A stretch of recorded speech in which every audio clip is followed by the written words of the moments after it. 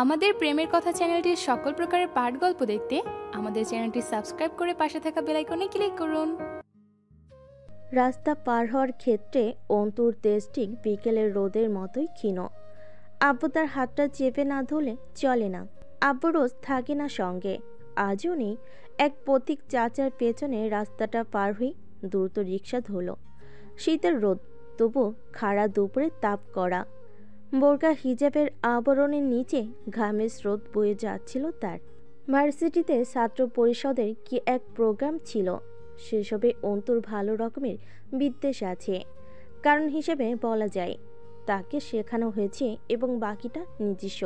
অন্তুর ধারণা, ছাত্রলীগ, যাদেরকে দেশের সংখ্যাগরিষ্ঠ অগ্রদূতের নাম দেওয়া হয়েছে, তারা মূলত পঙ্গপাল। দলবদ্ধ হয়ে চলা ঘাসফড়িংয়ের জাতকে পঙ্গপাল বলে। 10-15 লক্ষ একত্রে চলাচল করে এবং কোনো বিঘাখানিক জমির ফসলি ক্ষেতকে আক্রমণ করলে খুব অল্প সময়ে ক্ষেতের ফসল খুব ভালো মতো পরিষ্কার। এক শ্রেণীর লোক অবশ্য এই ক্ষেত পরিষ্কারকে বরবাদ করাও বলবে। তাদের কথা কানে নেওয়া উচিত না। ক্ষেতের ফসল উদ্ভিদের জন্য ভারী। উদ্ভিদকে স্বস্তি দিতেই হয়তো পঙ্গপাল সব ফসল ভক্ষণ করে পরিবেশের ভারসাম্য রক্ষা করে থাকে। অন্তুর ধারণা, বাংলাদেশের ছাত্রলীগ নামক পঙ্গপাল দেশটা অর্থাৎ বাংলার আবাদি ক্ষেতের জন্য তেমনি একদল পঙ্গপালের সমান। আমার কল এসেছে কয়েকবার, তার ভাষায় খুব জরুরি কাজ। অন্তু জানে কোনো জরুরি কাজটা কিচ্ছু না, কিন্তু ছাত্র নেতাদের মুখ পেটানো মহাবাণী থেকে মুক্তির একটা ছুতো দেওয়াই সে মায়ের প্রতি অল্প কৃতজ্ঞ। দুপুরের ঝাঁঝালো রোদে বাড়ি ফিরে যে জরুরি কাজটা দেখল অন্তু, তাতে তার মাথাও দুপুরের রোদের মতোই উষ্ণ হলো। তাকে দেখতে আসা হয়েছে, প্রায়ই হয় এমন। মেহমানদের তাকে দেখার ধরন সেই জাহিলি যুগের মেয়ে নামক পণ্য কেনাবেচার মতো। এটা অন্তুর নিজস্ব মত। সে বিষয়টাকে পছন্দ করে না। তারা অন্তুর চুল খুলে ফেলল। একটানে শরীরের জড়ানো ওড়নাটা সরিয়ে গলা বুক হাত দেখা হলো না, মেয়ে ফর্সায় আছে। অন্তু চোয়ালের পাটি শক্ত করে চুপ করে থাকলো, কিন্তু যখন সালোয়ার উঠিয়ে তুলতে গেল মহিলারা ঠ্যাং দেখবার উদ্দেশ্যে, অন্তুর সীমিত ধৈর্যের বাঁধ খসল। সালোয়ার ছাড়িয়ে নিয়ে উঠে দাঁড়ালো, তীক্ষ্ণ চোখে তাকিয়ে স্পষ্ট স্বরে বলল, আপনারা মেয়ে দেখতে এসছেন নাকি হাটে গরু কিনতে এসছেন? পাত্রর মা হতভম্ব হলেন, অসন্তুষ্ট মুখে বলে উঠলেন, ও মা, এ আবার কেমন কথা? মেয়ে দেখতে এসে মেয়ের পা দেখতে যাওয়া কি অপরাধ নাকি? জি না, ঠিক অপরাধ নয়, মূর্খতা। কারণ আমি কোরবানির হাটে তোলা কোনো প্রজাতির গবাদি পশু নই যে সবচেয়ে নিখুঁত আকর্ষণীয় গায়ের রংওয়ালা মাংস বেশি হৃষ্টপুষ্ট দেখে কিনে নিয়ে যাবেন। স্পষ্ট ঝরঝরে শুদ্ধ ভাষা অন্তুর মুখে, কিন্তু ভাষা কর্কশ। পাত্রর ফুপু মুখ কেমন করলেন। কোন দেশে কথা যে মেয়েকে ভালোভাবে দেখা যাবে না, নাকি কোনো দোষ আছে? তাছাড়া কোনো মেয়ে আছে যে পাত্রপক্ষের মুখের উপর এরকম বদমাশের মতন কথা বলে? আশ্চর্য, মেয়ে তো দেখছি, দেখতে আসছি তো দেখবো না? জি, নিশ্চয়ই দেখবেন, দোষ থাকা চলবে না। দরকার পড়লে মেয়ের দেহের প্রতিটা কোষ পর্যবেক্ষণ করা মেশিন এনে দেখবেন। পরনের সালোয়ার ঠ্যাঙ্গে তুলে তারপর মেয়ের ঠ্যাং দেখবেন ফর্সা কিনা, রাইট? ওনারা মুখ বিকৃত করে বসে আছেন। অন্তু আলতো হাসল। দুঃখিত চাচিমা, এটাকে আপনারা মেয়ে দেখা বললেও আমি ছোট লোকই বলছি। মেয়ে দেখতে এসে গাল ফেটে মেয়ের দাঁত দেখতে হবে, দাঁত উঁচু নিচু আছে কিনা, মাথার চুল টেনে টুনে দেখতে হবে চুল আসল নাকি নকল, চুল আছে নাকি নেই, বড় না ছোট, গলা বের করে ঘাড়ের ওড়না খুলে হাঁটিয়ে নাচিয়ে এরপর পছন্দ হলে নিয়ে যাবেন। এটাই মেয়ে দেখা? অথচ বলুন তো, আমি যা বললাম তা শুনতে এমন লাগলো না যে কোনো গৃহপালিত পশুর বর্ণনা দেওয়া হয়েছে? খরিদ্দার এসছে গোয়াল থেকে পশু খুলে নিয়ে যেতে। অপমান, সন্তুষ্টি এবং বিরক্তি লেগে আছে মুখে তিনজনের। ছেলের ফুপু মুখ খুললেন। তো কিভাবে দেখে? তুমি শেখাও কিভাবে দেখে। কথাটা বলে মুখ ঝামটি মারলেন মহিলা। রাবেয়া অন্তুর দিকে চোখ গরম করে তাকাচ্ছেন। ঘরে পাড়ার মহিলাও আছেন কয়েকজন, পাশেই ঘটক মহিলা বসা। তিনি বলেন, এ কেমন কথা কও মেয়ে? দেখতে আইলে একটু ভালো কইরেই দেখে মেয়ে, না দেখে শুনে আবার কেউ নিয়ে যায় নাকি? বাড়ির বউ হইবা বলে কথা। অন্তুর কাছে এই কথার জবাব আছে। দেখে শুনে নিয়ে যাওয়াটা দোষে নয়, তবে দেখার মধ্যে মার্জিত এবং শালীনতার ব্যাপার তো আছে। মহিলাগুলো রীতিমতো তাকে অসম্মানমূলকভাবে মেয়ে দেখার নামে এক প্রকার অপমান করছেন। একটা মেয়ের পাত্রপক্ষের সম্মুখে মেয়ের আত্মমর্যাদা মূল্য শব্দের অস্তিত্ব নেই, শুধুই একটি জড় সামগ্রী যাকে ঘুরিয়ে ফিরিয়ে বাজিয়ে দরদাম করে পছন্দ হলে দয়া করে কিনে নিয়ে যাওয়া হবে। এই কথাগুলো চেপে কি ঘটক মহিলাটির কথার জবাবে চমৎকার হাসল। বাড়ির বউ হব কে বলেছে? আমি বলেছি? আমি এখন অন্যের মেয়ে, আর অন্যের মেয়েকে বাজারের পণ্যের মতো ঘুরিয়ে ফিরিয়ে দেখা, দরদামের কথায় আসা যদি বিয়ের উদ্দেশ্যে মেয়ে দেখা হয়, তাহলে বিয়ে বোধ হয় আমার জন্য না। আর আমার ধারণা আপনাদের আমাকে দেখে শুনে পছন্দ হলে যৌতুকের কথাও তুলবেন। এক্ষেত্রেও দুঃখিত চাচি, আব্বু আমাকে খাইয়ে পরিয়ে আদর যত্ন করে এতগুলো বছর সুশিক্ষায় শিক্ষিত করেছেন, যৌতুকের বদলে বিয়ে দিয়ে আমার বোঝা নামাতে নয়। তাছাড়া আমিও ইচ্ছুক নই আমার জন্য পয়সা দিয়ে কোনো খেলনা পুরুষ কিনতে। পাত্রর মা অন্তুর মায়ের দিকে তাকিয়ে এবার কড়া স্বরে তাচ্ছিল্য করে মুখ বিকৃতি করলেন। আপা, সে আপনি মেয়েকে যতই শিক্ষিত করেন, আদর্শ শিখাইতে পারেন নাই। এরকম মেয়ে কার ঘরে যাবে? আল্লাহ মাবুদ জানে। আপনার কপালে কি আছে এই মেয়ে নিয়ে আল্লাহ জানে। অন্তত কোনো ভদ্র পরিবারে তো যাবে না।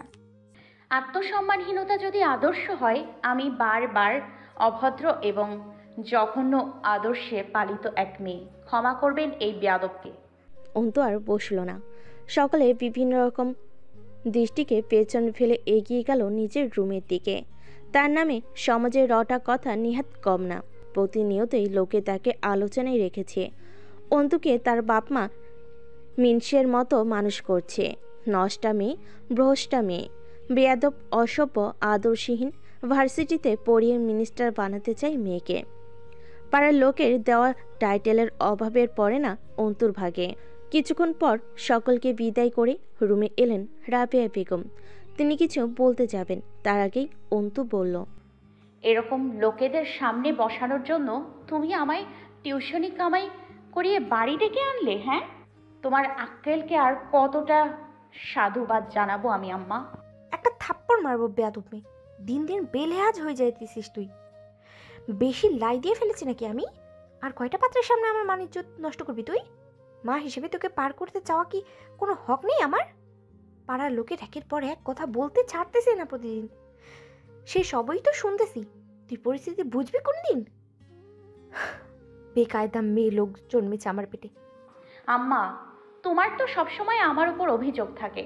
ধরে নিয়ে আসো এসব মূর্খ ছোট মানসিকতার লোকেদের। তোমার কি ধারণা যার তার গলায় ঝুলে পড়বো আমি? আব্বু তো বলে না বিয়ের কথা।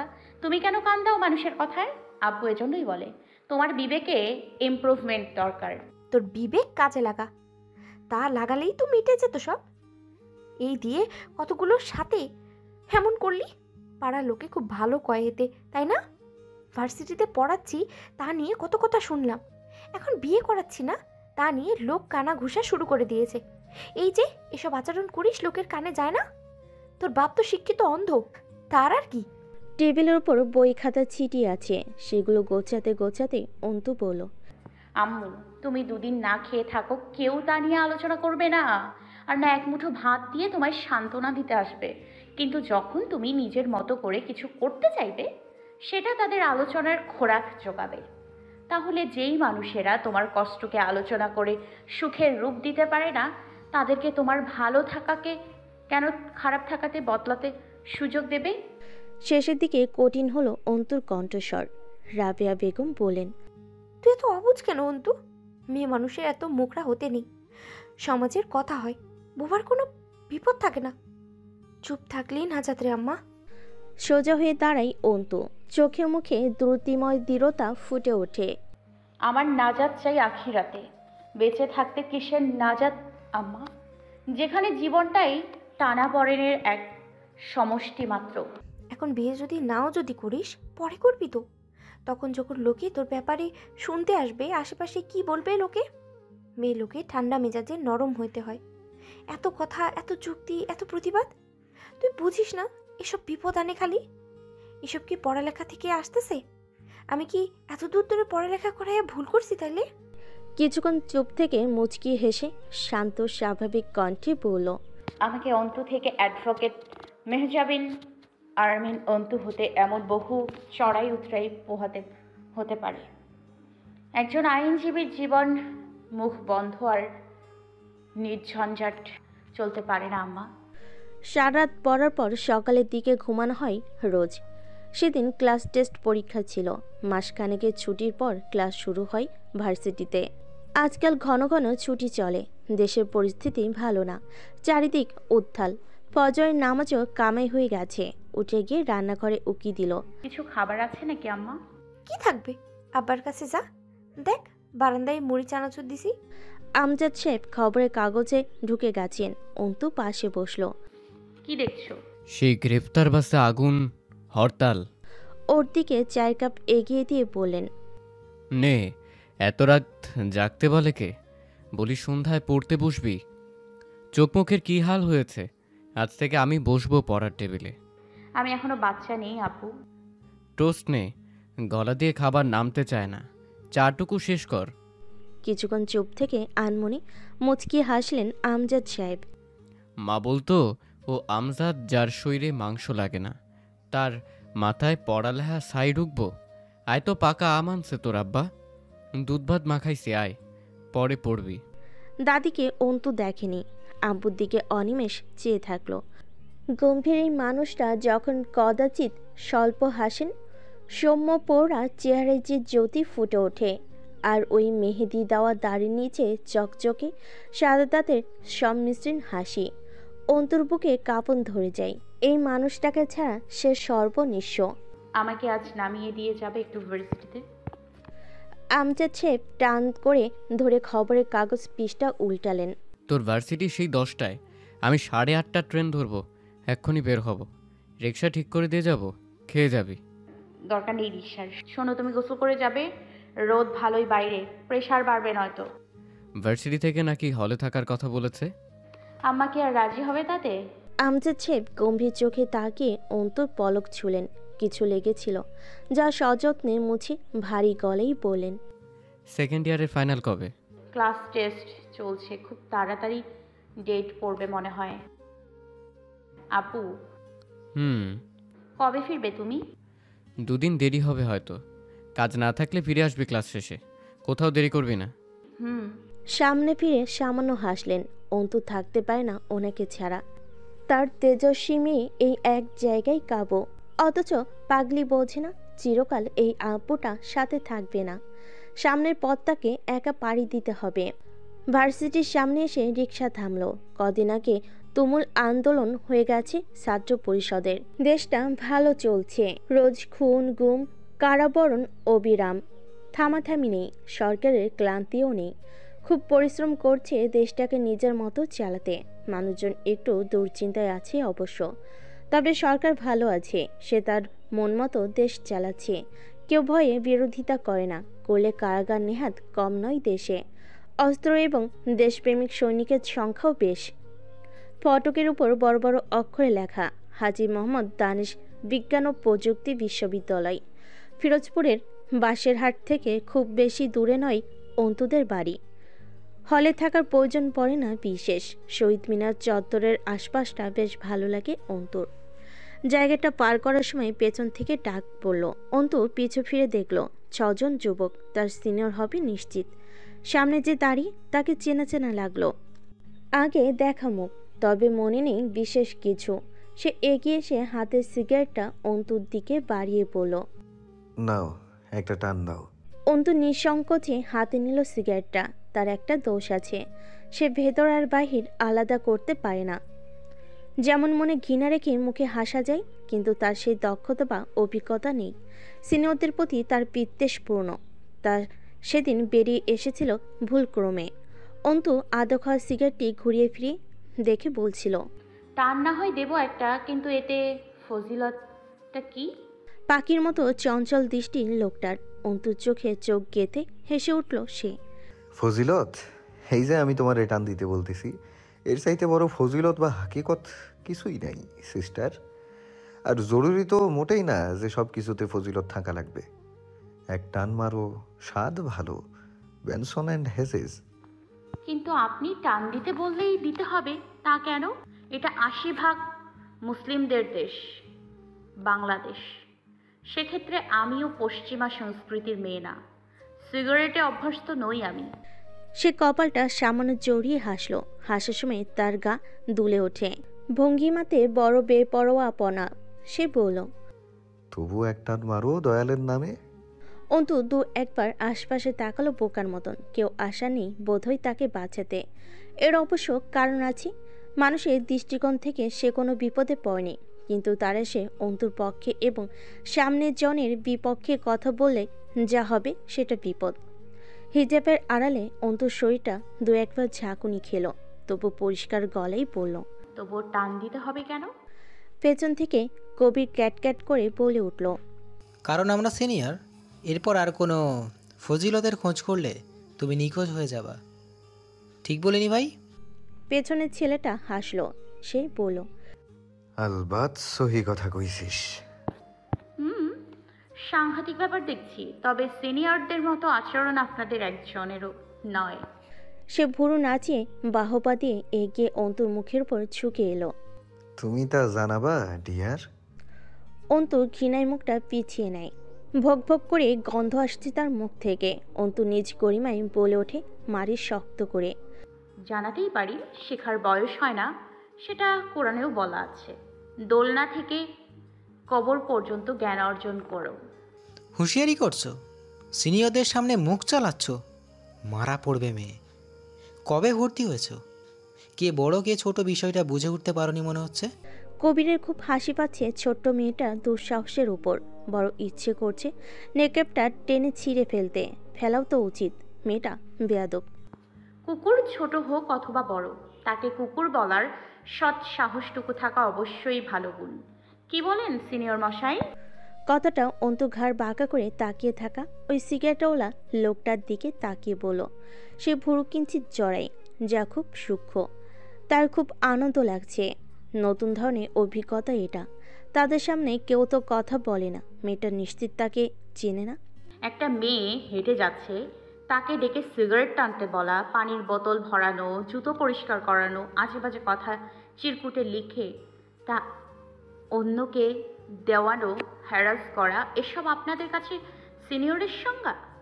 অথচ আমি যে বই থেকে সিনিয়রের সংজ্ঞা পড়েছিলাম সেখানে লেখা ছিল সিনিয়র হলো শিক্ষক, যে জুনিয়রদেরকে আদব শেখাবে, শিষ্টাচার বোঝাবে, একটা ভুল করলে ধমক দিয়ে ভুলটা শুধরে দেবে, কোনো প্রয়োজনে সাহায্য করবে, ইত্যাদি ইত্যাদি অনেক কিছুই লেখা ছিল।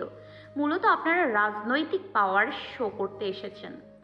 ভুল বলিনি আমি নিশ্চয়ই? সিগারেটটা মাটিতে ফেলে পা দিয়ে চেপে পিষে ক্লাসের দিকে এগিয়ে গেল। ছেলেগুলো ধরতে যায় অন্তুকে। সে বাদ সাধল। বয়েজ কুল কুল, মালটা তো একদম আলাদা রে, সবার চাইতে আলাদা। তার সাথে খেলাটাও হবে একদম আলাদা। শালার রাজনীতিতে আসার পর কত ভদ্রলোক হয়ে গেছি আমি, ভাবা যায়? আমাকে চেনে নি মনে হয়, পাত্তাই দিল না। আস্তে করে মুখটা তুলে আকাশের দিকে তাকালো। কুকুর বলেই খালাস হয়ে গেলে মেয়ে? পেটে যে কুকুরের ভীষণ খিদে, সেটা খেয়াল করলে না? Not fair, nope, this is not fair. হুট করে আবার আসমান থেকে চোখ নামিয়ে ঘাড় নাড়ল দুদিকে। কি তেজ! আমি ডিস্টার্বড রে। সিগারেটটা সে তুলল, সেটা কবিরকে দেখিয়ে বলল, রেখে দে এটা যত্ন করে। পাখি শিকার করার পর একবার করে এটা দেখব। আর তাই বলে আমার সাথে এইভাবে? এও আমাকে চেনে রে আমাকে। সামনে দাঁতক পাটি ঘষল মৃদু, ঘাড়ে হাত বুলিয়ে আর চোখের সামনে তাকিয়ে দেখল, আবার আকাশের পানে তাকালো। সামনে ইলেকশন, নিজেকে বাঁচিয়ে চলছি, তাতে দেখতেছি মেলা লোকেই রং তামাশা দেখিয়ে চলে যাচ্ছে। এটা কি ঠিক হচ্ছে বলতো? ইলেকশন তো শেষ হবে তাই না? এরপর কি হবে তা ভাবছে না কেন এরা? উন্মাদের মতো হাসল সে। ভার্সিটির চত্বরে লোকজন কম এখন, ক্লাসের ফুল টাইম চলছে। লোক থাকলেও তার যাই আসার কথা নয়।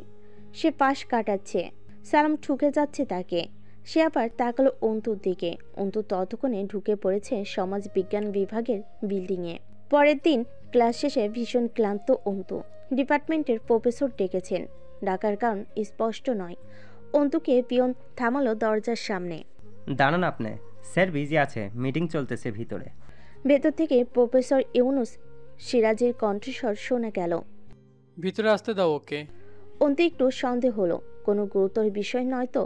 ভেতরে প্রবেশ করে সালাম জানালো। ইউসুফ সিরাজি মাথা নাড়লেন। এসো।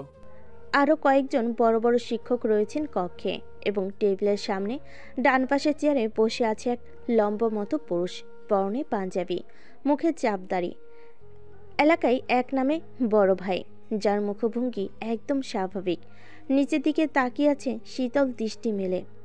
একে চেনে অন্তু, ভার্সিটি ছাত্র সংসদের মেজর মেম্বার হামজা পাটোয়ারি। ইউসুফ সিরাজি জিজ্ঞেস করলেন, গতকাল কি হয়েছিল? আমাকে র্যাগ দেওয়া হয়েছিল স্যার। সে তো আর নতুন কিছু নয়, তুমি কি করেছো?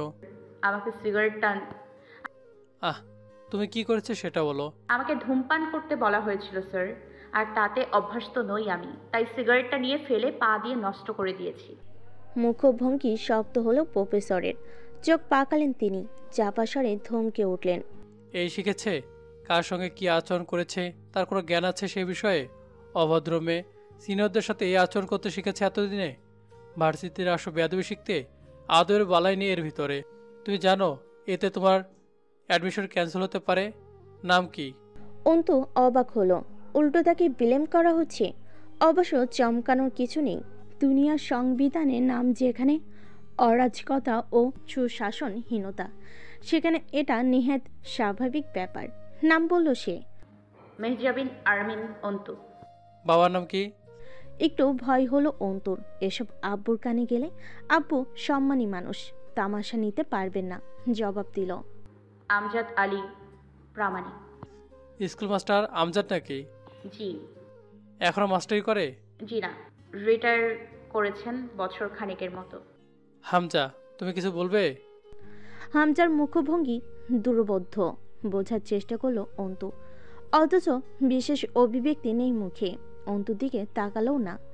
একবার চোখ তুলে মৃদু একবার ঘাড় নেড়ে দাম্ভিকতার সাথে ডান হাতের তর্জনী আঙ্গুল তুলে ইশারা করলো অন্তুকে বের হয়ে যেতে। জলদগম্ভীর প্রতিক্রিয়া তার, যেন নেহাত অনিচ্ছুক সে অন্তুর সাথে কোনো প্রকার কথা বলতে। কক্ষ থেকে বেরিয়ে অন্তু থমকালো। সে কি কোনো অনিশ্চিত ঝামেলে জড়িয়ে যাচ্ছে? একটা অজানা বিষণ্ণতা টের পেল সে ভেতরে, যা যুক্তিহীন বলেও মনে হচ্ছে। আবার কিছু একটা খোঁচাচ্ছে ভেতরটাই খুব। হামজা পাটোয়ারি কেন বসেছিল ওখানে? আজ প্রথমবার অন্তু হামজাকে এত কাছ থেকে দেখল। আগে দেখেছে বিভিন্ন পোস্টার এবং প্রোগ্রামের ব্যানারে, নয়তো ভার্সিটি প্রোগ্রামে বক্তব্য দেওয়া বা নেতৃত্ব প্রদানের সময়। শহীদ মিনার চত্বর পেরিয়ে যাবার সময় মেলি ডাক কানে এলো। মেয়েটা পরিচিত, নাম তানিয়া, ওর 2 ইয়ার সিনিয়র। এগিয়ে গিয়ে বলল, জি আপু। গতদিন আবার কি হয়েছিল ভার্সিটিতে? গতদিন আবার কেন? এর আগেও কি কিছু ঘটেছে নাকি ভার্সিটিতে? কোন ইয়ার যেন তুমি? Second year. ও আচ্ছা, ছুটিতে ছিলে তোমরা। ভার্সিটিতে হওয়ার কি আর কোনো কমতি আছে? একের পর এক হয়ই। তোমার কি হয়েছে গতদিন জয় আমিরের সঙ্গে? জয় আমির? প্রশ্নটা খুব অপছন্দ হলো তানিয়ার। বিরক্ত হলো। 2 বছর ভার্সিটিতে পড়ছো, এবার কি বল? জয় আমির কেউ চেনো না নাকি? ভার্সিটির ছাত্রলীগের সম্পাদককে চেনো না? কাউন্সিলরের ছেলে হামজা পাটোয়ারিকে চেনো? জি চিনি। আর জয়কে? হামজার ফুফাতো ভাই জয় আমির। ও আচ্ছা। 2 বছর আগে এখান থেকে অনার্স শেষ করেছে। শ্যামলা বর্ণের লম্বা করে থত্তির কাছে একটা তিল আছে, গলায় চেন, তাতে জেল লেটার আছে। ডান হাতে ঘড়ি পরে আর বাম হাতে ব্রেসলেট। অন্তু সেসব শুনতেই ইচ্ছে করছিল না। বুঝলো যে তাকে সিগারেট টান দিতে বলেছিল সেই জয়, আর শুনতে চাইল না এই বিশদ বর্ণনা। দ্রুত মাথা নাড়ল। জি, এবার চিনেছি। কি করেছে ওরা তোমার সঙ্গে? এমনভাবে কথাটা বলল তানিয়া যেন কোনো বিশেষ গোপন রহস্যের ব্যাপারে খোঁজ করছে। অন্তু বলল, বিশেষ কিছু নয়, র্যাগ দিয়েছিল। আরে লজ্জা পাচ্ছ কেন? আমি কাউকে কিচ্ছু বলবো না, এসব হতেই থাকে। বলো কি করেছে ওরা তোমার সঙ্গে? আশ্চর্য, লজ্জা পাওয়ার প্রশ্ন কেন উঠছে? বললাম তো, সাধারণ র্যাগ দিয়েছে, আর কি সব হয়ে থাকে। তাচ্ছিল্য করে হেসে উঠল তানিয়া সহ পাশের মেয়েগুলো। তানিয়া মুখ বিকৃতি করে বলল, কেন? তুমি বোধহয় জানো না র্যাগিংয়ে মেয়েদের সাথে কি কি করা হতে পারে। জি জানি, তবে আমার সঙ্গে তেমন কিছু হয়নি। তাই নাকি? যাক, তা যদি সত্যি হয় তো ভালো, কিন্তু তুমি কি করেছো? তোমাদের কি কানাঘুষা চলছে ভার্সিটিতে? তোমার সাহস বেশি হয়েছে নাকি? কানাঘুষার মতো কিছু তো হয়নি। আর সাহসের কি আছে এতে? যা আমার পছন্দ নয় তাতে আমি স্টাফ মানা করে দিয়েছি। মেয়ে, তোমার তো মাথায় দোষ আছে মনে হচ্ছে। তুমি সিনিয়রের সাথে বেয়াদবি করে এসে বলছো কানাঘুষার কিছু হয়নি। হয় তুমি পাগল, নয়তো বোকা, অথবা দুঃসাহসী বলা যায়। কিন্তু এখানে দুঃসাহস টেকার না। তুমি সিনিয়রদের সাথে এরকম অবাধ্যতা করলে কোন সাহসে? জয়কে তো দেখছি তাহলে আসলেই চেনো না তুমি। ভার্সিটিতে কি ঘাস কাটতে আসো? খবর বা রুলস কিছুরই জ্ঞান রাখো না নাকি? অন্তুর খুব বলতে ইচ্ছে করলো, ঘাস কাটতে যদি নাও আসি, তবে এসব পঙ্গপালদের খবর রাখতে নিশ্চয়ই আসি না। আসি লেখাপড়ার জন্য, তা শেষ করে ফিরে যাই। চেপে গেল, শঙ্কিত হয়ে উঠেছে ইতিমধ্যেই ভেতরটা। ভয়টুকু সে চাপল ভেতরে। কিসের খবর রাখার কথা বলছেন? মেয়েগুলো একে অপরের দিকে তাকালো, একটু তাচ্ছিল্য হাসলো সকলে। তানিয়া বলল, এর আগে বহু মেয়ে ভার্সিটি ছেড়েছে জয়ের কারণে। তোমরা তখন অ্যাডমিশন নাওনি, তখন জয় সেকেন্ড ইয়ারে ছিল বোধহয়। একটা মেয়ে হলের ছাদ থেকে পড়ে আত্মহত্যা করেছিল। ওরা কি করেছিল মেয়েটার সঙ্গে জানা নেই, কিন্তু একটা কথা পরিষ্কার, জয় এক অভিশাপ। আবার ভালো কেন? রাজনীতির চাল বোঝো না? সমাজসেবার কাজবাজ করে দুই ভাই মিলে পুরো ছাত্র সংগঠনের বেশ ভালোই যোগান দেয় সুজন। ত্রাণ, চিকিৎসা, স্বাস্থ্য, দুর্যোগ, এসবে বহুত অবদান আছে ওদের। এরিয়ার লোকের মনোযোগ কেড়েছে নিজের নেতৃত্ব জেরে, অথচ বখাটেপনা ছাড়তে পারেনি। তবে সেটার কোনো প্রমাণ থাকে না, বুঝলে? আমাদের ছুটির মধ্যে কি হয়েছিল ভার্সিটিতে? তানিয়া চারিদিকে ভালোভাবে তাকালো কয়েকবার, বেশ কিছুক্ষণ চুপ রইল। এরপর নিচু আওয়াজে বলল, শোনো, তুমি এখনো ছোট, এত বোকার মতো চলবে না। পরিস্থিতি বুঝে চলতে হয়, নয়তো মারা পড়বে। হামজার বাপ কাউন্সিলর এলাকার, তা তো জানো। আর হামজার রাজনৈতিক নেতাকর্মী। আমাদের কমন রুমের আয়া সালমা খালাকে তো চেনো। ওনার বাড়ি হামজাদের ক্লাবের পাশে। ওনার ছোট ছেলেটার হঠাৎই কি থেকে যেন আঘাত পেয়ে কি হলো, পায়ে ক্যান্সার হলো। এরপর নাকি খালাবাড়ির জায়গা অর্ধেক দাম নিয়ে পাওয়ার দলিল করে এক হিন্দুর কাছে বন্ধক রেখেছিল। বলা চলে বিক্রিই করেছিল। তবে শর্ত ছিল খালা নির্দিষ্ট সময়ে টাকা পরিশোধ করলে জায়গা ফেরত পাবে। যেহেতু বসত বাড়ি, কিন্তু চিকিৎসা করেও সে ছেলে বাঁচেনি। আর 1 বছরের সময় ছিল, খালা সেই সময় টাকা পরিশোধ করতে পারেনি।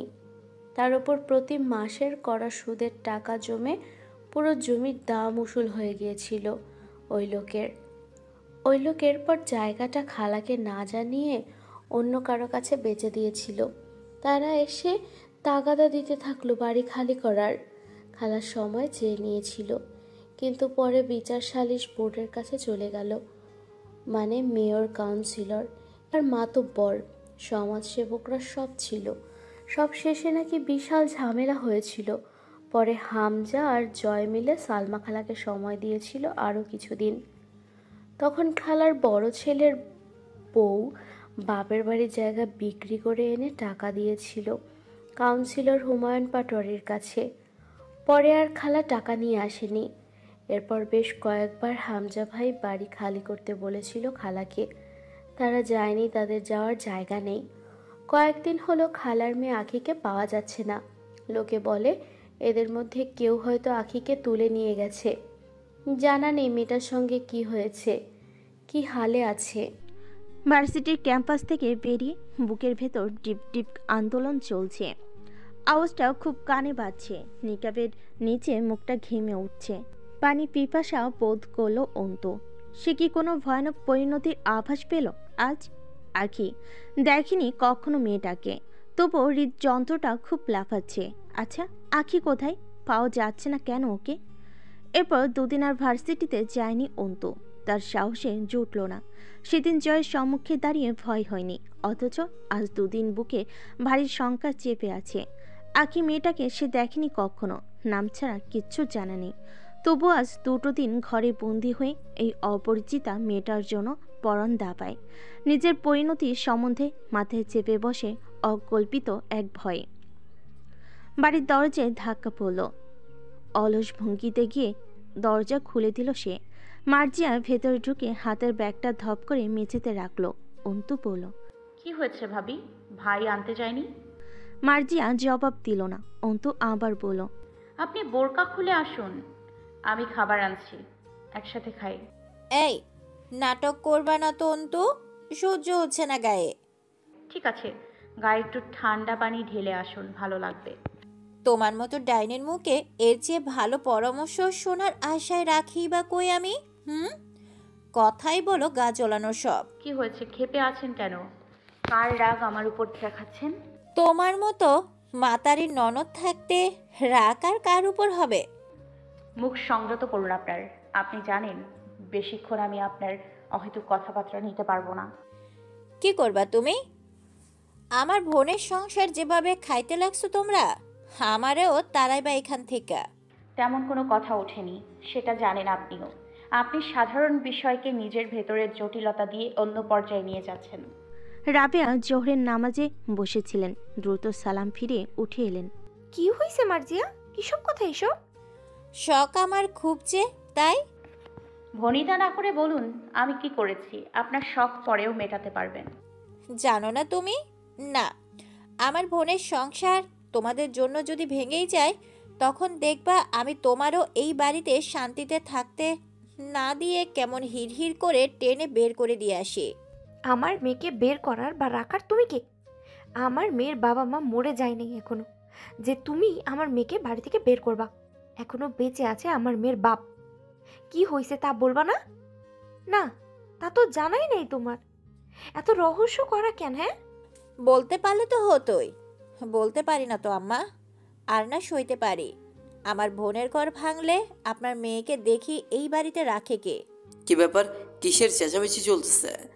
আমার মেয়েকে বের করব বা রাখবো তুমি কে? আমার মেয়ের বাপ মরে যায় নাই এখনো, যে তুমি আমার মেয়েকে বাড়ি থেকে বের করবা, আমার মেয়েকে তাড়াবা, আর আগে আমি বের করতে পারবা না, বুঝেছো?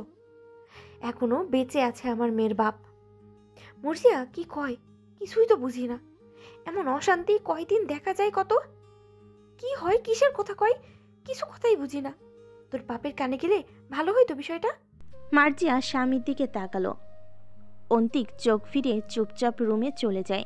বোন, স্ত্রী অথবা মা কাউকেই একটা শব্দ বলল না। অন্তু ঘৃণিত চোখে চেয়ে রইল বড় ভাইয়ের চলে যাওয়ার পানে। একরাশ ভাঙ্গাচোরা যন্ত্রণা আর ঘৃণা বোধই জড়িয়ে এলো বুকটায়। তত্ত্বরে যুবক অন্তিকের এক অপরশ হয়ে ওঠার গল্পটা অস্পষ্ট তার কাছে। এভাবেই কতগুলো বছর কাটছে এই বাড়িতে। অন্তিক শুধু একটা দেহ মাত্র, যে কোটাটাই মানসিক অস্বস্তি ও বিবেকবোধ মুক্ত। সে বহুদিন ভাইয়ের সাথে প্রয়োজনীয় ছাড়া অপ্রয়োজনীয় কথা বলে না, হাসে না, একসাথে খায় না। এক অপরিকল্পিত অনীহা এবং বিতৃষ্ণা জেগেছে সব কিছু বুঝে নির্বিকার থাকা অন্তিকের উপর। মার্জিয়া অকারণে চিৎকার চেঁচামেচি করে। কেন করে? কী সব বলে? কিছুই বোধগম্য হয় না। আর না অন্তিক কিছু বলে। শিক্ষিত তত্ত্বরী যুবক অন্তিক, যার লেখাপড়া, সামাজিক সক্রিয়তা, মেধা, কথাবার্তা, হাসি একসময় সমাজে আলোচিত বিষয় ছিল। আমজাদ মাস্টারের যোগ্য ছেলে থেকে অযোগ্য বিবেকহীন মূর্খ কাপুরুষের জন্মটা কবে যেন। গোটাটাই রহস্য। ঠিক তেমনি মার্জার আচরণও। সকাল থেকে কিছু খাওয়া হয়নি। একটু আগে যে অল্প খিদে পেয়েছিল তা এখন আর অনুভব হচ্ছে না অন্তর। আস্তে করে নিজের ঘরে চলে গেল। পেছনে রাবিয়া বেগমের ফুফানোর আওয়াজ পেল, ফিরে তাকালো না। অবলা মাতার আব্বু বাসায় নেই, পঞ্চগড় গেছেন। আজ ফেরার কথা ছিল, অথচ ফিরবেন না। অন্তু পড়ার টেবিলে বসল, অথচ মাথায় আব্বু আর অন্তিকের কথা ঘুরছিল। বই বন্ধ করে টেবিলে মাথা এলিয়ে দিল। অস্থির লাগছে ভেতরটাই।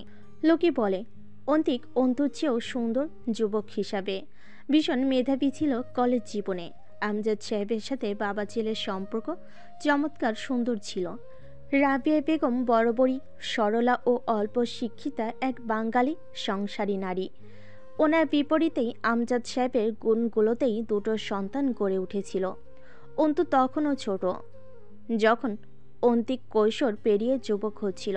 খুনসুটি মারামারি ঝামেলা শেষে আবারও বেহিয়ার মতো গিয়ে অন্তুর ঝুঁটি টানার মতো দুষ্টামির জন্য আমজাদ সাহেবের কাছে শাস্তি কম পেতে হয়নি তাকে। ভীষণ ডানপিটে আর চঞ্চল, আর সবচেয়ে বেশি জেদি ছিল অন্তিক। তার প্রবল আত্মসম্মানবোধের জন্য মাঝে মধ্যে এখানে ওখানে ঝামেলা বাঁধিয়ে এসে মার খেত আব্বুর হাতে। কলেজ শেষ করে ভার্সিটি ভর্তি হবার পালা এলো অন্তিকের। সুযোগ হলো কুষ্টিয়ার ইসলামিক বিশ্ববিদ্যালয়ে পড়ার। বাড়ি ছাড়তে হলো শিক্ষার সুবাদে। এরপর যা অঘটন ঘটে গেল। মার্জিয়া কুষ্টিয়ার মেয়ে, তাকে ভাগিয়ে নিয়ে চলে এসেছিল অন্তিক। তখন সে 3rd ইয়ারের ছাত্র, বেকার শিক্ষার্থী। সে নিয়ে মাস্টারমশাই আমজাদ সাহেবের নামও খারাপ হয়েছিল বিশেষ। আমজাদ সাহেব হাই স্কুলের এক সামান্য শিক্ষক। ওনার আদর্শের চূড়াকে মাটিতে মিশিয়ে যে কাজটা অন্তিক করেছিল, তাতে সবচেয়ে ক্ষতি সে নিজের এবং সবচেয়ে বড় কষ্টটা আপুকে দিয়েছিল। অথচ এটা বুঝে অনুতপ্ত ও ব্যথিত হবার বদলে সে বিগড়ে গেল। 2টো থাপ্পড় মেরেছিলেন আমজাদ সাহেব ছেলের গালে। কয়েকটা কথা বলেছিলেন, তার মধ্যে অন্তিকের আত্মসম্মানে লাগা কথাটা ছিল, বউ তো নিয়েই এসেছিস, খাওয়ানোর মুরুদ আছে। আর বিশেষ কিছু বলেননি। এরপর থেকে অন্তিক বদলেছে। মার্জিয়া নিজেকে প্রকাশ করেছে। শিক্ষিত মেয়ে হওয়া সত্ত্বেও আচরণ খুব উগ্রতার। অন্তু বলেছিল, ভাইয়া তুই যে আত্মসম্মানের বড়াই এখনো করছিস তা কিন্তু খুইয়েই তোর মতো মেধাবী এক ছাত্র প্রেমের মতো ছোট কাজ করেছে, আর তা করেছিস ভালো। এই ভরা ক্যারিয়ারকে গাঙ্গে ভাসিয়ে বাপ মায়ের মন ভেঙে বউ ঘরে আনাটা কোনো আত্মসম্মান বোধ জ্ঞানের পরিচয় ছিল না। ব্যাস আর না। প্রাণের আপু না অন্তু। কারোর সঙ্গে কথা নেই, কি করছে কি হচ্ছে সবটাতে নিলিপ্ত, নিঃশব্দ। অথচ মার্জিয়ার উগ্রতা ও খিটখিটে মেজাজ দিন দিনই লাই পাচ্ছে। অন্তুদের এলাকায় একবার ব্র্যাক বেঞ্চ পরিচালিত গণশিক্ষার কার্যালয় এসেছিল। সেখানে বয়স্কদের শিক্ষা দেওয়া হয়। সেই তখন এসএসসি পরীক্ষা দিয়ে দিনাজপুরের টুকটাক কোচিং করছে। শখের বিষয় বড় নিরীক্ষর মানুষদের শিক্ষা দেওয়া। সেও শিক্ষিকা হিসেবে যোগদান করেছিল সেখানে। সেখানেই পরিচয় হয়েছিল তাসিনের সাথে ওর। তাসিন ওর প্রেমে পড়ল। বাড়ির লোকেদের সাথে, বিশেষ করে রাবিয়ার সাথে খুব সখ্যতা গড়ে উঠেছিল তার। রাবিয়া মানুষটা যুবকদের সাথে খুব তাড়াতাড়ি মিশে যান। ভোলা ভালা সরল নারী যাকে বলে। এক পর্যায়ে তাসিন যখন প্রস্তাব দিল বিয়ের, সাফ মানা করেছিল অন্তু। সে বিয়ে করবে না। এমনকি সে কখনো তাসিনকে প্রেমিকের মতো নজরে দেখেনি। তাসিন নিজে থেকে উতলা হয়ে পড়েছিল। এরপর কিছুদিন কেটে গেল। তাসিন হাল ছাড়ল। মার্জিয়া নিজের বোন বিথির সাথে তাসিনের বিয়ে দিল। অথচ এখন কেন তাদের সংসারে অশান্তি তা জানার কথা নয় অন্তুর। তাসিনের সাথে কোনো কালেই তার বিশেষ যোগাযোগ ছিল না। অন্তুর ধারণা বিথির সংসারে কোনো ঝামেলা চলছে, আর এটাকে কেন্দ্র করে মার্জিয়া ভাবছে পুরনো এই ব্যাপারটার জের ধরে তাসিন বিথিকে অত্যাচার করছে। ভার্সিটির উদ্দেশ্যে বেরিয়ে গেটের কাছে যেতেই আপুর সাথে দেখা হলো। সারা রাতের যাত্রে সকালে বাড়ি ফিরলেন আমজাদ সাহেব। অন্তুর চোখ মুখে খেলনা পাওয়ার বাচ্চার মতো উদ্ভাসিত হয়ে উঠল। এই অসময়ে ফিরলে যে? কাজ শেষ হয়ে গেল, ফিরে এলাম। অন্তু, খেয়ে বের হচ্ছিস নাকি না খেয়ে? অন্তু চোরের মতো মাথা নোয়ায়। আমজাদ সাহেব থমকে ওঠায় আগে অন্তু বলল, আব্বু তোমার গ্রামের জমি বিক্রি করার এমন কি বিশেষ দরকার পড়লো বলো না কিন্তু এখন আমায়। সব কথাই শুনতে হবে কেন? পড়ালেখায় মনোযোগ নষ্ট হবে, এসব সাংসারিক বিষয় মাথায় আনলে মন দিয়ে পড়। অন্তু অসন্তুষ্ট চিত্তে তাকায় আব্বুর দিকে। তিনি বলেন, ভাড়া আছে কাছে? আছে। আমজাদ সাহেব শার্টের বুক পকেট থেকে 50 টাকা বের করে অন্তুর হাতে দিলেন। সাবধানে যাবি, ক্লাস শেষে দেরি করবি না, তাড়াতাড়ি ফিরে আসবি। এ কথা বলছো কেন আব্বু? ক্লাস শেষে কোথাও কাজ আছে কোনো? না, নেই। তাহলে আর দেরি করার কি আছে?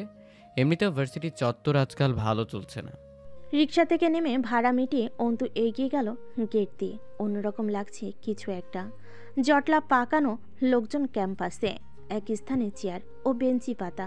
জয় বসে আছে পায়ে পা তুলে, পাশেই হামজা। দুজনের পরনই সাদা পাঞ্জাবি, বসে বসে ঠ্যাং দোলাচ্ছে দুজন। নভেম্বরের মাঝের সময়টা, শাল জড়ানো গায়ে। দুজনকে ঘিরে দাঁড়িয়ে আছে ছাত্র সংগঠনের ছেলেরা। মহান দুই ব্যক্তির পাশে দাঁড়ানো সুযোগ পেয়ে ব্যাপক ধন্য তারা। হামজা স্বভাব সুলভ গম্ভীর মুখেই বসে আছে। জয় এদিক ওদিক তাকাচ্ছে, স্থির থাকার স্বভাব নেই। শঙ্কিত বুক নিয়ে ভিড় ঠেলে ঠুলে একটু ভেতরে ঢুকলো অন্তু। জিনো একটা ময়লা কাপড়ে ঢাকা কোনো মেয়ের শোয়ানো দেহ মাঠের ঘাসের উপর পড়ে আছে। সেই মুহূর্তে কারোর ধাক্কায় একটু পিছিয়ে এলো অন্তু। মেয়েটা কি আঁখি? বুকের রক্ত ছলকে উঠল অন্তুর। সালমা খালার মেয়েটা এত সুন্দর, অভিশাপে ঝরে পড়া চাঁদের টুকরো বুঝি? ঘন চোখের পাপড়ি, যেন এখনই ঝাপটে উঠবে। সেই সুন্দর মুখখানা বিবর্ণ, খামচি দাগে ভর্তি। ঠোঁটে কোণে রক্ত জমাট বেঁধে শক্ত হয়ে গেছে, কালশিটে রং ধারণ করেছে। গাছি গাছি চুল ছিঁড়ে উঠিয়ে ফেলা হয়েছে, বাকি দেহটা এক টুকরো কাপড়ে ঢাকা। সেই কাপড়টুকু নিচে এতগুলো মানুষের ভিড়ে কোনো এক মেয়ের নগ্ন দেহ পড়ে আছে। অন্তুর মনে হলো সে মানসিক ভারসাম্য হারিয়ে ফেলছে, যার ফলে শরীরটা ভাত ছেড়ে দিতে চাইছে। তখন কেউ থমকে উঠল অন্তুকে। পিছনে সরে দাঁড়ান, এত কাছে দাঁড়াবেন না, সরুন, পিছিয়ে যান। স্পষ্ট বিন্যস্ত ভাষা, ভরট আদেশমূলক কণ্ঠস্বর। কালচে খয়েরি ইন শার্টে এক ফর্সা মতো যুবক অন্তুকে উপেক্ষা করে হাতা গোটাতে গোটাতে এগিয়ে গিয়ে লাশের কাছে বসল। ইন্সপেক্টর রশিদ ডাকলো তাকে। মুস্তাকিন, আপনার ফোন বাজছে। মুস্তাকিন ভিক্টিমের দেহ থেকে চোখ না তুলেই বলল, পরে অ্যাটেন্ড করছি, রেখে দিন। অন্তু ভিছে বেরিয়ে এলো। আব্বু রোজ পত্রিকা পড়ে রেখে দেয়, সেখানে এমন ঘটনাগুলো চোখে পড়ে। আজ সেই পত্রিকা ভেদ করে প্রথমবার কোনো খুবলে খাওয়া মেয়ের মরাদেহ সম্মুখে এসে পড়েছে। এগুলো আসলেই হয়। অন্তু কাঁদে না, আমজাদ সাহেব কাঁদতে শেখানি, কিন্তু আজ সেসব শিক্ষা কাজে লাগলো না। অন্তু নেকাবের নিচ দিয়ে ঝরঝর করে অশ্রু গড়াচ্ছে। আর একটু দূরে এসে মুখের নেকাবটা খুলে ফেলো। ব্যাগের সাইড থেকে পানির বোতল বের করে পানি ছিটা দিল চোখে মুখে। টিস্যু দিয়ে মুখটা মুছে দুটো শ্বাস নিল জোরে জোরে। ধমকালো নিজেকে। আশ্চর্য, এত ভঙ্গুর হয়ে পড়ছে কেন তুমি? অন্তু, তুমি তো এমন নও। কোথা থেকে যেন সালমা খালা বুক চাপড়ে আহাজারি করতে করতে ছুটে এসে ধপ করে বসে পড়লেন মেয়ের লাশের পাশে মাটিতে। অন্তুর চোখ বোধহয় আবার ভরে উঠছে। নিজের উপর রেগে উঠল অন্তু। কি মুসিবত! এভাবে ভেঙে পড়লে জীবনকে মোকাবেলা করবে কি করে? কিসের মোকাবেলা? ওই তো একটা মেয়ে ছিন্ন ভিন্ন লাশ পড়ে আছে মাটির উপর। অন্তু তো মেয়ে। জঙ্গলের জানোয়াররা কবে যে মানুষের মতো রূপ করে মানুষের সমাজে বাস করতে লেগে পড়েছে, তাদের মোকাবেলা করতে ভঙ্গুর হলে চলবে কেন? সালমা খালাকে সামলাতে যে নারীটি ছুটে এলো, অন্তু চোখ আটকালো তার উপর। পরনে বিবর্ণ শাড়ি, মুখটাও মলিন, অথচ সেই মুখের সৌন্দর্য অসামান্য। এদের চেহারার আভিজাত মিলছে না পরিস্থিতির সঙ্গে। কে করেছে এসব? জয়, হামজা, তাদের কথাই প্রথমে মাথায় এলো অন্তুর। কিন্তু তা উচিত নয়। অন্তু টের পেল এমনটা হবার একটা কারণ আছে। সে আজ কদিন যাবৎ এই দুটো নামে আতঙ্কিত বলেই এমন হয়েছে। শাড়ি পরা নারীটি চাঁদনি, আখির ভাবি। মুস্তাকিন তাকে বলল, আপনারা ওনাকে ভিকটিমের কাছ থেকে দূরে নিয়ে যান, আমাদের কাজ করতে দিন। এই স্পটে আপনারা না ঢুকলে সুবিধা হয়। চাঁদনির চোখে কেমন অদ্ভুত রহস্য, যে রহস্যটা এক প্রকার রহস্য যেন। সে কাঁদছে না একটুও না, অথচ অবলোক চেয়ে আছে নিতর চোখে আখির মুখের দিকে। সেই চোখের ভাষা অবর্ণনীয়। অন্তুর মনে হলো মুস্তাকিন লোকটা কসাই টাইপের। এমনিতেও সরকারি কর্মকর্তারা তাই হয়। মুস্তাকিন একটু আকির ভাই সোহেলকে ডাকলো। সোহেল এক দৃষ্টে বোনের লাশের দিকে চেয়ে আছে। তার চোখে পানি নেই, সেও শুধু তাকিয়ে আছে। মুস্তাকিনের ডাকে এগিয়ে গেল। মুস্তাকিন কোনোরকম শিরোনাম সারা প্রশ্ন করল। কবে ফিরেছেন দেশে? হ্যাঁ, এই তো 4 দিন হলো। কোন দেশে থাকতেন? দুবাই। কি কাজ করতেন সেখানে? রাজমিস্ত্রি আর শ্যাটারিংয়ের কাজ করতাম। আখিকে লাস্ট কবে দেখা গেছিল বাড়িতে? খানিকক্ষণ চুপচাপ মাটির দিকে তাকিয়ে থেকে বলল, চাঁদনি বলে সপ্তাহখানেক আগে। নিজেদের সামলান এবং আমাদের সাহায্য করুন তদন্তের কাজে। এভাবে কান্নাকাটি করে কোনো রকম বিচার পাবেন বলে মনে হয়? শক্ত করুন নিজেদের। এক প্রকার ভয় পেয়ে গেল সোহেলের চেহারায়। না স্যার, কোনো বিচার লাগবে না তো। আমার কোনো বিচার চাই না। আপনি খালি আমার বোনের লাশ দেন, বাড়ি নিয়ে যাই। কারোর বিরুদ্ধে অভিযোগ নাই আমাদের। কেউ হুমকি দিয়েছে আপনাদের? না না, হুমকি দিবে কে? তাদের কথোপকথন ছাত্রছাত্রীরা শুনছিল। মুস্তাকিন দূর থেকে জয় ও হামজার দিকে তাকিয়ে জিজ্ঞেস করলো, কাউকে সন্দেহ করছেন? না। কণ্ঠস্বরে প্রাণ নেই, নিষ্প্রভ গলার স্বর। মুস্তাকিন বাম হাত পকেটে গুজে বলল, এসে থেকে শুনছি সকলের ধারণা কাজটা পাটোয়ারি পরিবারের 2 ছেলে করেছে। আপনাদের কি ধারণা? না না স্যার, ওনারা কেন করবেন এসব? ওনারা তো সব ঠিক করে দিতে চাইছিলেন। আমরাই উঠে নাই বাড়ি থেকে। এখন চলে যাব, ঝামেলা মিটে যাবে। অগোছালো অযাচিত কথা সোহেলের। বনে মরদেহ পড়ে আছে বিশ্ববিদ্যালয় প্রাঙ্গণে। তারা বাড়ি খালি করার স্বীকারোক্তি দিচ্ছে। চরম ঘাবলা বিষয়টায়। আবার সহজেও বলা চলে, খুব বেশি ভয় পেয়েছে হয়তো, অথবা কিছু লুকানোর চেষ্টা, গা বাঁচানোর চেষ্টা। মেয়েটা গণধর্ষণের শিকার এবং ধর্ষণটা অপ্রকৃতিস্থ কারো দ্বারা সংঘটিত হয়েছে। আখির দেহ তাই বলছে। মুস্তাকিন গিয়ে হাঁটু ভাঁজ করে উবু হয়ে বসলো চাঁদনির পাশে। জিজ্ঞেস করলো, আখি কবে থেকে নিখোঁজ ছিল? চাঁদনি ঘমর্ত মুখটা মুছল মলিন শাড়ির আঁচল দিয়ে। সপ্তাহখানিক আগে দুপুরে স্কুল থেকে বাড়ি আসছে। টেস্ট পরীক্ষা চলছিল এসএসসির। বিকালে বাহির হয়ে গেল কোচিংয়ে যাওয়ার জন্য। এই তো ফিরে আসছে স্যার। অন্তর কলেজায় মনে হলো সজোরে এসে একটা তীর তীব্র বেগে গেঁথে গেল। এই তো ফিরে আসছে স্যার। মুস্তাকিন উঠে দাঁড়িয়ে রশিদকে ডাকলো, এদিকে আসুন। যত দ্রুত সম্ভব তদন্তের কাজ শুরু করুন। বডিটাকে ফরেনসিক ল্যাবে পাঠাবার ব্যবস্থা করুন অ্যাজ সুন অ্যাজ পসিবল। কিন্তু স্যার, গার্জিয়ানরা তো লাশটা বাড়ি নিয়ে যেতে চাচ্ছে, খুব জিদ ধরে আছে। কোনোভাবেই তারা লাশ কাটাছেড়া করতে দেয়া রাজি না। আপনি একটু কথা বলুন ওনাদের সঙ্গে। আচ্ছা, কথা বলছি, দ্রুত করুন। ক্যাম্পাসের লোক জড়ো হচ্ছে, একটা হাঙ্গামা হবার চান্স আছে। তার আগেই বডি ট্রান্সফার করুন মর্গে। কখন কে জানে জনতার মাঝে বিক্ষোভ জেগে ওঠে। প্রফেসর এগিয়ে এলেন মুস্তাকিনের দিকে। হাত বাড়িয়ে হ্যান্ডশেক করলেন মুস্তাকিনের সঙ্গে। আই প্রিন্সিপাল ইউসুফ সিরাজি। সৈয়দ মুস্তাকিন মহান, investigator, police bureau of investigation department. Professor রশিদের সঙ্গে হাত মেলালেন। প্রফেসর দুঃখ প্রকাশ করলেন।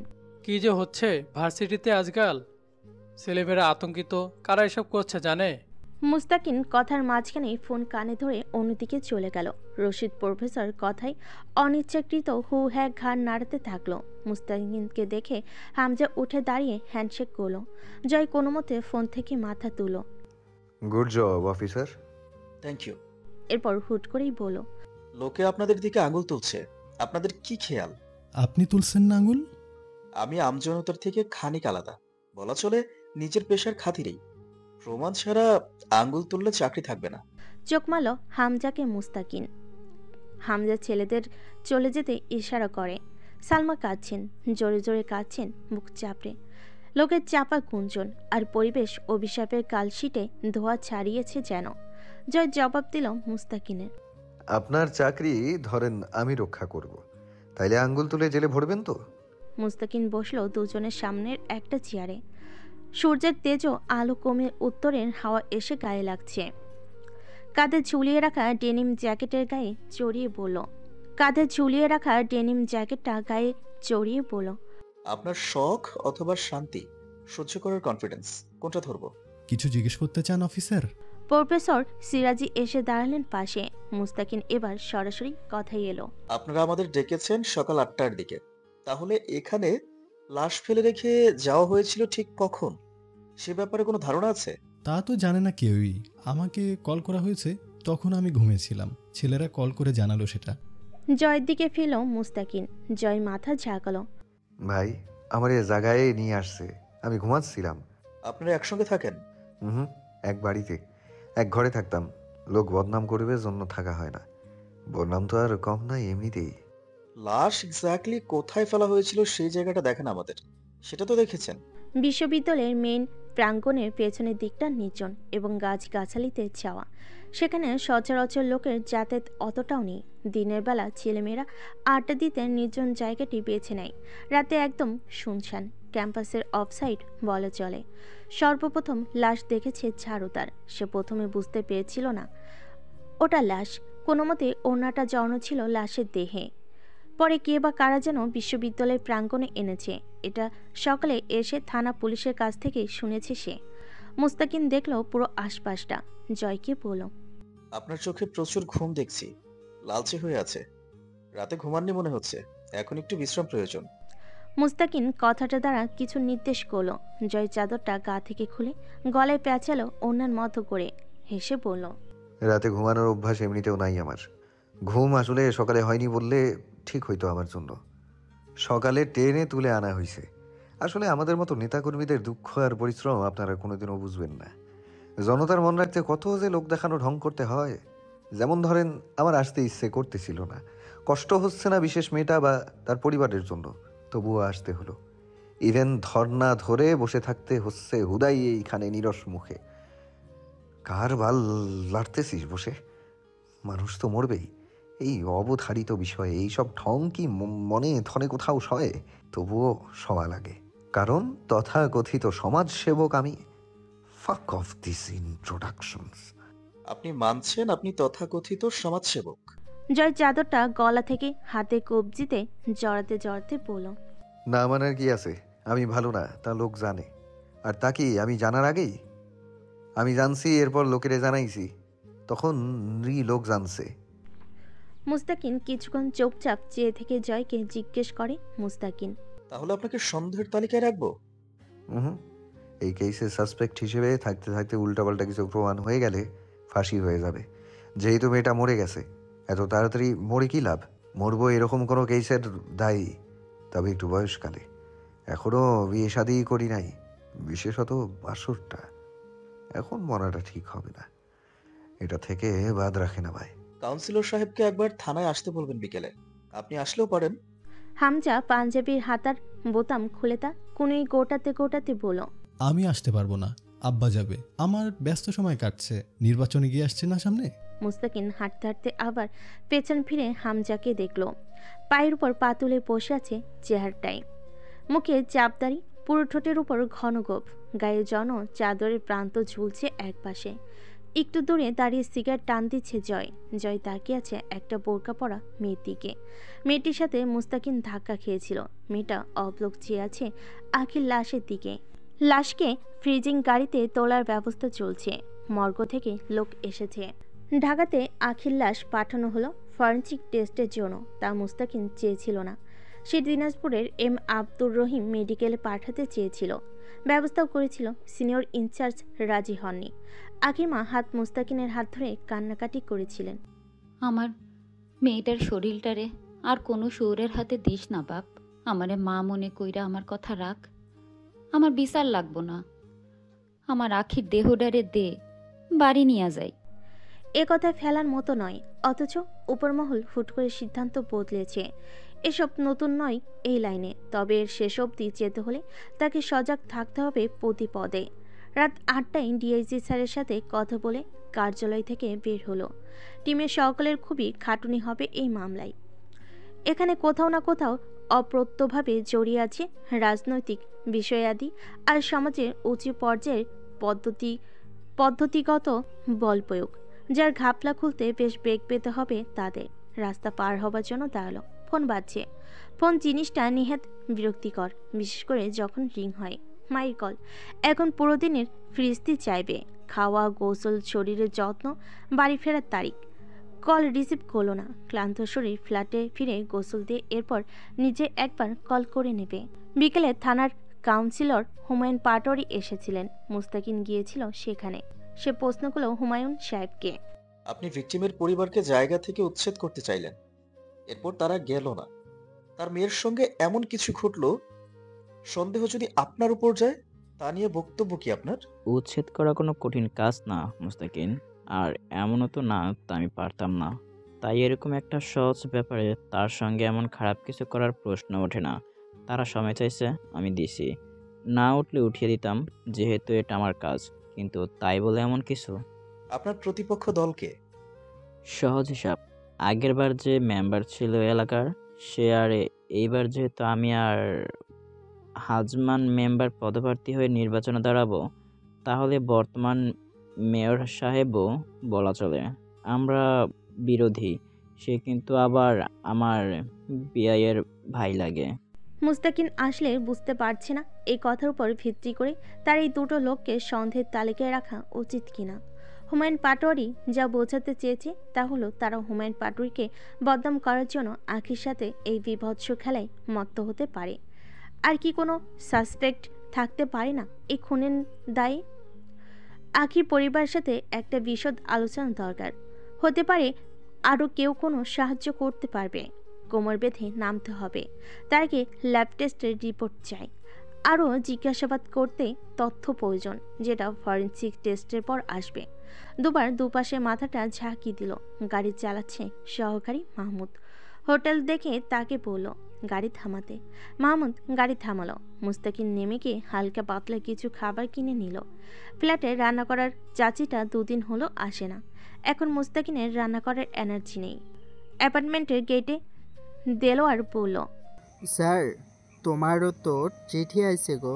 দেলোয়ার দুষ্টু হাসছে।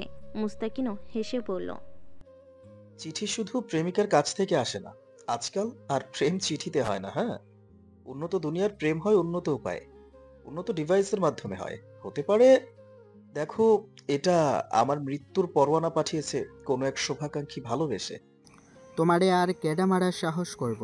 যত বড় একখান পিস্তল প্যান্টের ভিতরে নিয়া ঘোরো। প্যান্টের ভিতরে পিস্তল? তাও আবার অত বড়? তুই রাইফেল আর পিস্তলকে গুলিয়ে ফেলছিস মনে হচ্ছে। আর প্যান্টের ভেতরে পিস্তল রাখে কেমনে? কোথায় রাখে? মুস্তাকিনের বলার ভঙ্গি দেখে হো হো করে হেসে উঠল এবার দেলোয়ার। মুস্তাকিন ঢুকে গেল ফ্ল্যাটে। দরজা লাগিয়ে খাবার টেবিলের উপর রেখে চিঠি নিয়ে বসলো। চিঠিটা রেখে দিল পরিত্যক্ত হালে। বিশেষ আগ্রহ আসছে না তা নিয়ে। সে জানে কার চিঠি। ফ্রেশ হয়ে এসে খোলার কথা ভেবে আবার কি মনে করে দায়সার হাতে চিঠিটা খুলো। বেনামি চিঠি। জোরে জোরে পড়তে লাগলো। কি জানি পরিচয় দাও নিজের। ও হ্যাঁ, Syed Mustakin Mohan, investigator of PBI department. না, কেস থেকে সরে যাও অফিসার। তুমিও ভালো থাকো আর আমরাও। নয়তো তোমার এক পিস্তল কতক্ষণ কতভাবে রক্ষা করতে পারবে তোমার জান। যা করতেছো তা জানের সওদা। হাতে তো পড়বাই। আর যদি সেরকম ইচ্ছা থাকে তাইলে তোমার রুহুর জন্য মঙ্গল আর মরার পরে বেহেস্ত কামনা করি। মুস্তাকিন চিরকুটটা হাতে মুড়ে ময়লা ঝুড়িতে ফেল। শার্ট খুলে সোফাতে ছুল। আরও মাথায় চেপে বসাচ্ছে এরা কেসটা। এতক্ষণ তাও ঘুম ঘুম পাচ্ছিল একটু ক্লান্তিতে। মোড়ের উপর রিক্সা থামিয়ে দিল রিক্সাওয়ালা। অন্তু বলল, আর একটু এগিয়ে যাবেন না? না পা, রাস্তা খারাপ, চাকা আটকে যায়, এইটুকুন পায়ে যান। রাস্তাটা ভাঙ্গা। কদিন আগে বৃষ্টিতে পিচ হয়ে নিচু হয়ে যাওয়া স্থানগুলোতে পানি জমেছে। সামনেই ক্লাব ঘর। বাইরে দেওয়ালে সেটে রাখা বিভিন্ন রাজনৈতিক পোস্টার।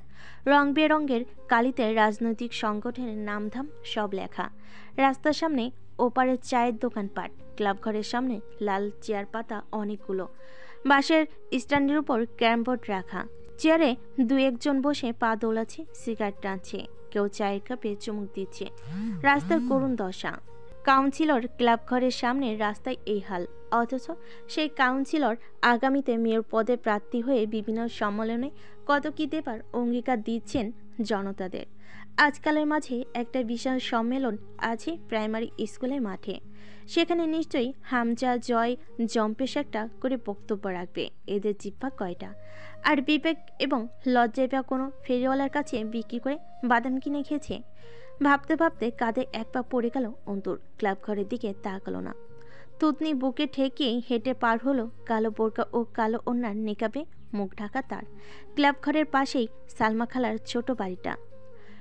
টিনে গেটে আঙ্গুলের টোকাই দু তিনবার শব্দ করলো। কিছুটা দেরি করে চাঁদনি গেট খুলে দিল। অন্তু বলল, ভয় পাবেন না ভাবি, আমি খালার ভার্সিটির এক ছাত্রী। চাঁদনি নিলিপ্ত মুখে একপাশে সরে দাঁড়িয়ে ভেতরে আসার ইশারা করলো। টিনের চাল, টিনের বেড়া, তার সামনে একটা ইটের গাঁথনিতে তোলা ঘর। মেঝে হয়নি, উপরে শুধু টিনের ছাদ লাগানো হয়েছে। নিচের মেঝে কাঁচা, জানালা দরজাও লাগানো হয়নি। চাঁদনি অন্তুকে নিয়ে গিয়ে ঘরে বসালো। পাশের ঘরে সালমা খালা নামাজে বসে কাঁদছেন, করুণ কান্না। অন্তুর বুক ভার হয়ে এলো। চাঁদনি নাস্তা আনতে উদ্যত হলে অন্তু চাঁদনির হাতটা চেপে ধরে বলল, ভাবি প্লিজ কোনো আনুষ্ঠানিকতা দেখিয়ে আমায় ছোট করবেন না। আপনি বসুন, 2 মিনিট কথা বলি। সব মিটলে একদিন এসে নাস্তা করে যাব। চাঁদনি মানতে চায় না। অন্তু জোর করে বসালো। জীর্ণ একটা সেলাওয়ার কামিজ পরনে চাঁদনি, চুলের বেনি উল্কো খুস্কো, মুখে মলিনতার ছাপ। দেখতে চরম সুন্দরী চাঁদনি, কালি পড়া ডাগর ডাগর চোখ, আর তা যেন রহস্যময়। নাম কি তোমার? অন্তু বলে ডাকে সকলে। আমিও তাহলে তাই বলে ডাকবো।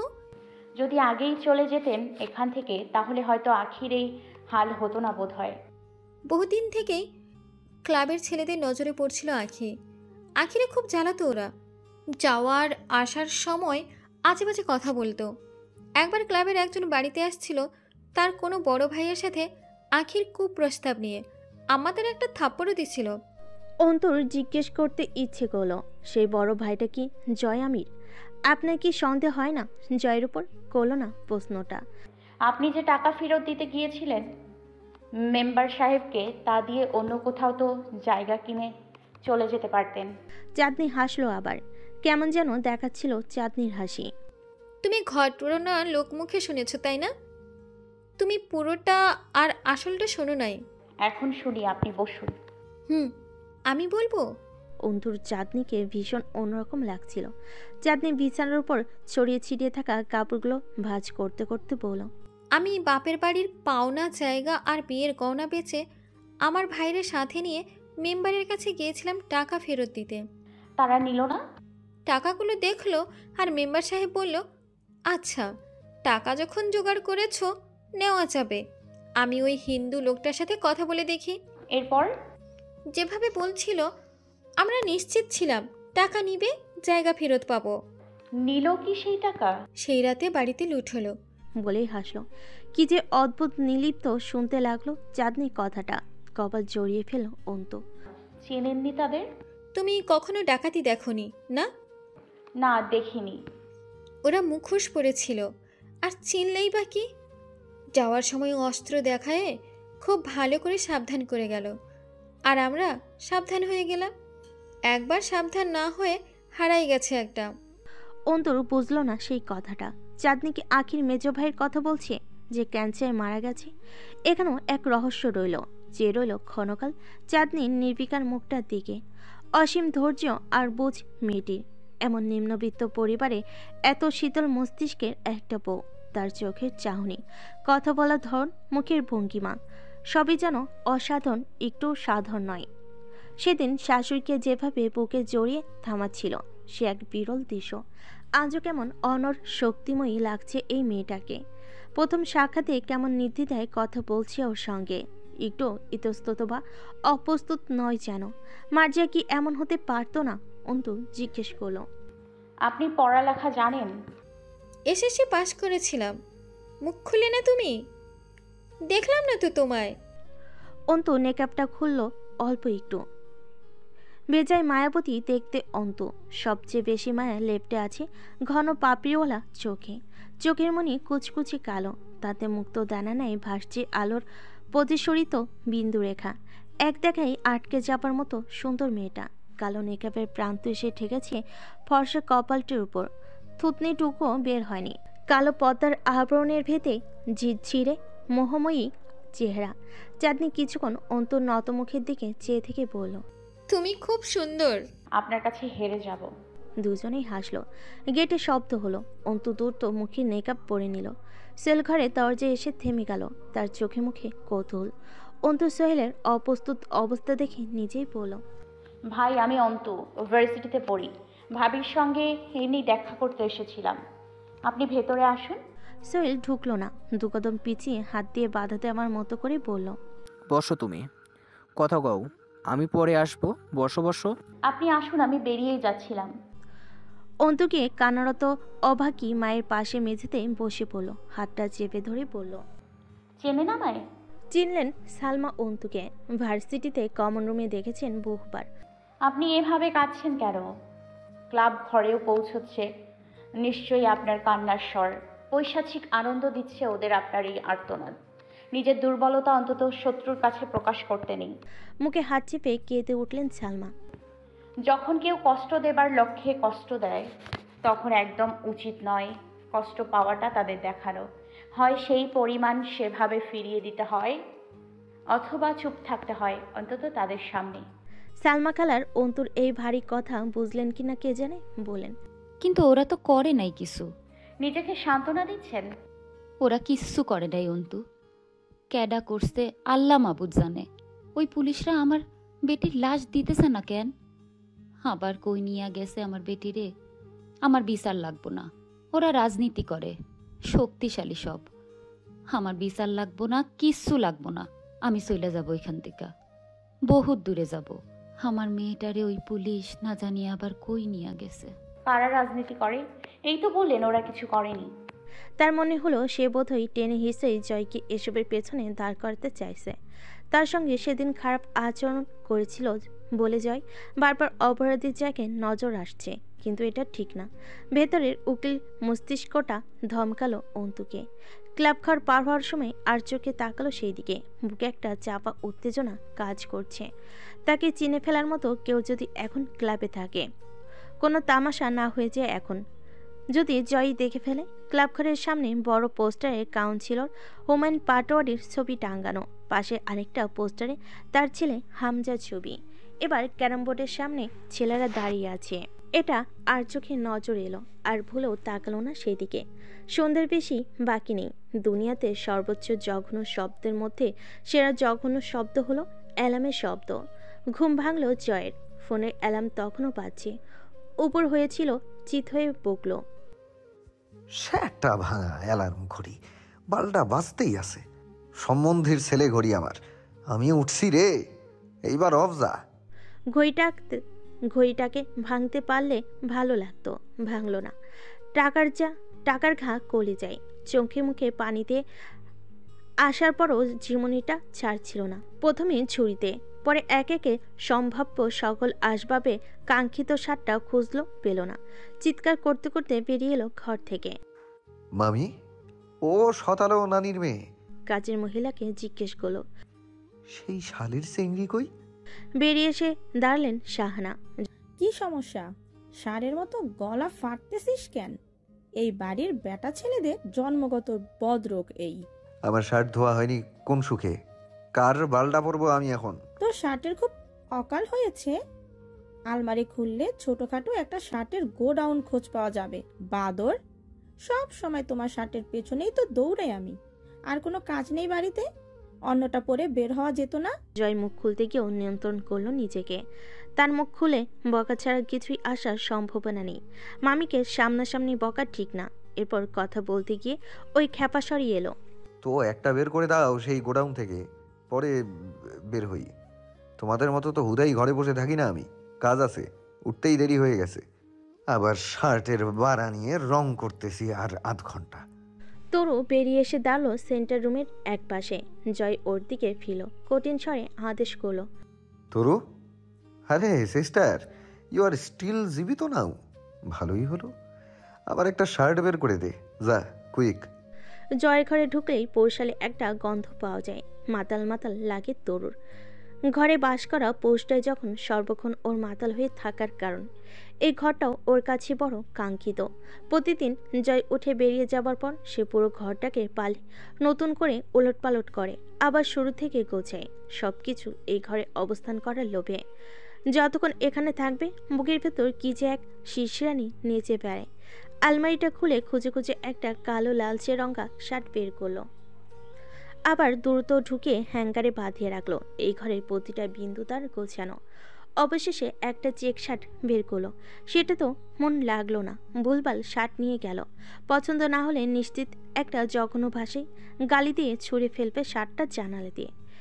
একবার শার্ট ধোয়া হয়েছিল না, সবগুলো শার্ট বাথরুমে চুবিয়েছিল। পরে ক্লিনার এনে সেসব তুলে বাথরুম বাঁচানো হয়েছে, আবার নতুন শার্ট কিনতে হয়েছিল। না কেনা অবধি হামজার শার্ট পরতো। একটা মিশ্র সাইরঙ্গা শার্ট দিল জয়কে। জয় সব শার্ট বেনামি রঙের, নাম না জানা সব কালারের শার্ট বেছে বেছে কিনে আনে। এমনকি শার্ট যেটা কেনে সেটা দোকানে দাঁড়িয়ে গায়ে চড়িয়ে পরনেরটা ব্যাগে করে বাড়ি ফেরার লোক সে। পরের দিন নতুন সেই শার্ট ধুয়ে আয়রন করে আলমারিতে তোলা হয়।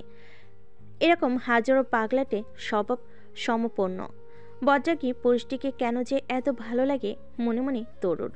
লোকে শুনলে নিশ্চয়ই বলবে রুচির দোষ আছে তরুর, নয়তো জয়ের মতো নোংরা স্বভাবের ছেলের প্রেমে পড়া যায় না। জয় কিছু বলল না, চুপচাপ শার্টটা পরল গায়ে। তরুকে দিয়ে পারফিউম আনিয়ে নিল। এই ব্যাপারটা তরু কতটা উপভোগ করে তা জানে না জয়। তার মন নেচে ওঠে যখন জয় ধমক দিয়ে এটা ওটা ঘর থেকে আনতে বলে তাকে। মনে হয় সে ঘরণী জয়ের। আজ পৌরসভা অফিসে বৈঠক ছিল নির্বাচন কাজে। হামজা বলেছিল ঠিক দুপুরের পর পৌরসভায় পৌঁছে যেতে।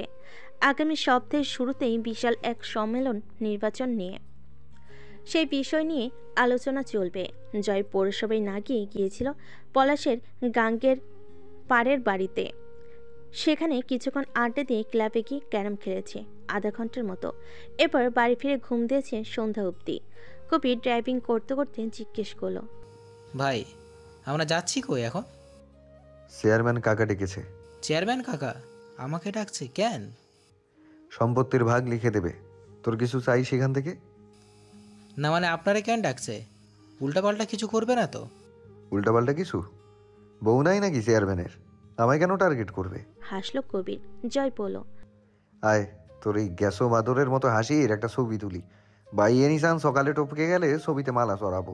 ব্যাক ক্যামেরা অন করে কবিরের দিকে ধরলো। হঠাৎ একটা বোঝাই ট্রাক সামনে এসে পড়লো ওদের গাড়ির। গাড়ি চালানোর সময় এই মজা বোধ হয় কাল হয়ে উঠলো ওদের। কবির প্রথমে নিয়ন্ত্রণ হারলো, দ্রুত স্টিয়ারিং ঘোরালো গাড়ি এক সাইডে নেবার জন্য। ততক্ষণে ডান পাশে আরেকটা গাড়ি এসে পড়েছে। ওদিকে সরার জায়গা নেই। ওদের গাড়ি যে পজিশনে রয়েছে তাতে ট্রাক ওদের গাড়িকে পিষে সামনে এগিয়ে যাওয়া ছাড়া উপায় নেই। ওপাশে চাপার জায়গা নেই। কয়েক সেকেন্ড পাশের গাড়িটা আরও স্লো হয়ে ওদের পাশে আটকে চলল মনে হলো। জয় সবসময় খারাপ কিছুর জন্য প্রস্তুত, কবিরও হলো। কিছু করার নেই আর। ট্রাক ওদের সামনে খুব কাছে প্রায়। আচমকা পাশের গাড়িটা পাশ থেকে দ্রুত এগিয়ে গেল ওদের গাড়ি পার করে। সেদিক দিয়ে ট্রাকটা চলে গেল ওদের বাঁচিয়ে। ট্রাক চলে গেল নাকি কবির নিপুণ হাতে নিয়ন্ত্রণ করে নিল বলা যায় না। সেকেন্ড বিশেকের মধ্যে ঘটে গেছে পুরো ঘটনাটা। জয় গাড়ির জানালাতে মুখ বাড়িয়ে পেছনে তাকিয়ে দেখল ট্রাকটাকে একবার। এখনও হৃৎপিণ্ড ধস ধস করছে।